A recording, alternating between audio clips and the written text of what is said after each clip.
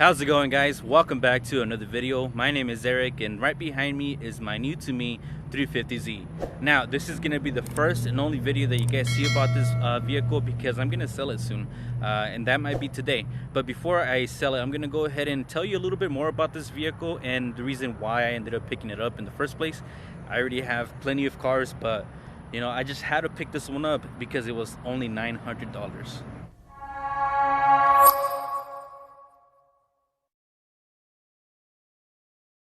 So obviously for $900, I didn't think that this was going to break the bank, so I did kind of gamble a little bit in this vehicle, and I'm gonna go ahead and take you guys back in time, because right now the vehicle is running and it wasn't running when I first purchased it. So I'm gonna go ahead and show you guys what I had to do to get this car running. So this right here is my 350Z that I bought not too long ago. Now I'm gonna go ahead and take out the ECUs so that I can hopefully get this vehicle running.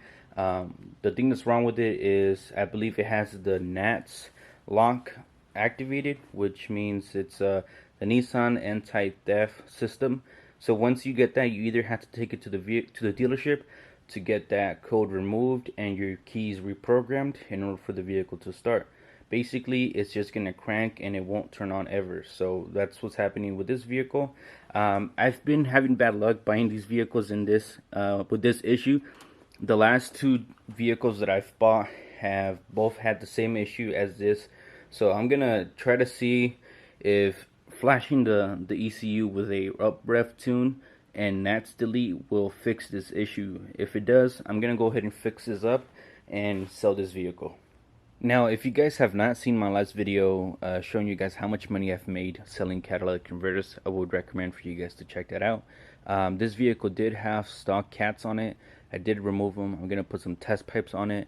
So I've already made some money back on this purchase of this vehicle. So I bought this car for $900, and I didn't pay for a tow because it was like literally 4 minutes away. So the guy ended up pushing it with his truck over here. So as you guys can see, that's why it kind of is damaged. So I got the ECU out of the vehicle. It was actually pretty easy compared to a G35 because they don't have as much sensors and fancy stuff. So I'm gonna get this vehicle tuned, and hopefully, fingers crossed, I can get it running. So I'm here at this place called Infinity Motorsports, where you'll find a whole bunch of Infinities and 350Z vehicles here. So right now I'm gonna get this tuned, and I just wanted to give you guys a little walk around of the yard. But yeah, basically, if you're in Arizona, Phoenix, Arizona, and you need anything that's relating to these vehicles, hit up this guy named Gabe. This is his shop, and he'll take care of you. Like I said, nothing but Nissan and Infinity here. So if you guys need any parts, you guys can come here.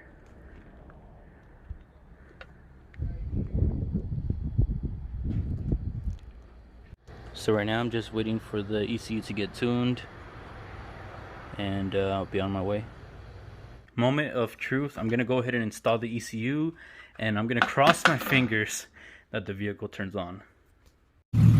Oh my god, I fucking got it running. I got the car running. Holy fuck. Oh shit, it worked, guys. It worked.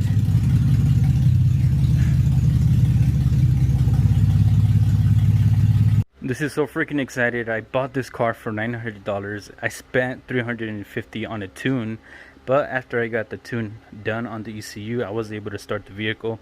I did have an issue with camshaft sensors A and B on bank 1 and bank 2, so I did have to replace those, and I did have to wire in a new connection for the camshaft sensor because it wasn't working. So I ended up cutting one of these guys off of this engine, and I ended up putting them together, spliced them together, and then after that I did go ahead and turn the key on, and the vehicle turned on. Right now it turned off because I think it ran out of fuel, so I'm gonna go ahead and get some gas and see if it'll turn on again. I'm so excited because I've been trying to figure out how to start these vehicles when I do buy them, and they just don't start. So now I know that I just have to tune them and delete the anti-theft system, and the vehicle should start. So it's the next day. I'm going to work on the D50Z right now. I'm gonna take off this front bumper and remove this cold air K&N intake. I'm gonna remove that, put the stock intake back on, and then probably end up selling that separately. I'm gonna try to fix up the headlights. I'm gonna install ISR test pipes, brand new test pipes. I hate to get rid of these this way, but I don't have another test pipe to install, and I would rather keep my Z1 test pipes, even though I kind of like the build quality on the ISR a little bit better. So I'm gonna get this car a little bit cleaned up, fix the issues that are wrong with it, clean up the interior. I'm gonna get some seats for it so that I can sell it for more money, hopefully, because the ones that are on it are completely trashed. The next morning.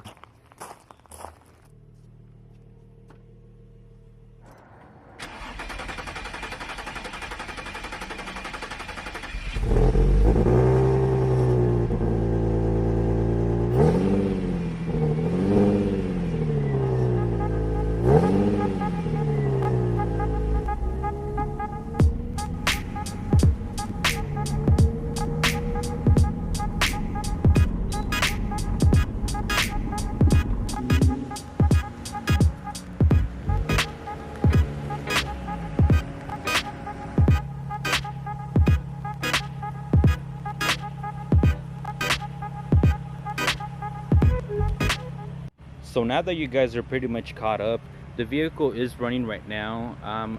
Every time I connect the crankshaft sensor, the vehicle does not like to turn on, and I think somebody in the past maybe removed the automatic transmission and maybe damaged the sensing element where the crankshaft sensor goes. So I think that's what probably happened, and I think I could fix it, but I just don't really want to, you know, go through all that, removing the transmission, putting it back on, and then only getting a few $100s more for that.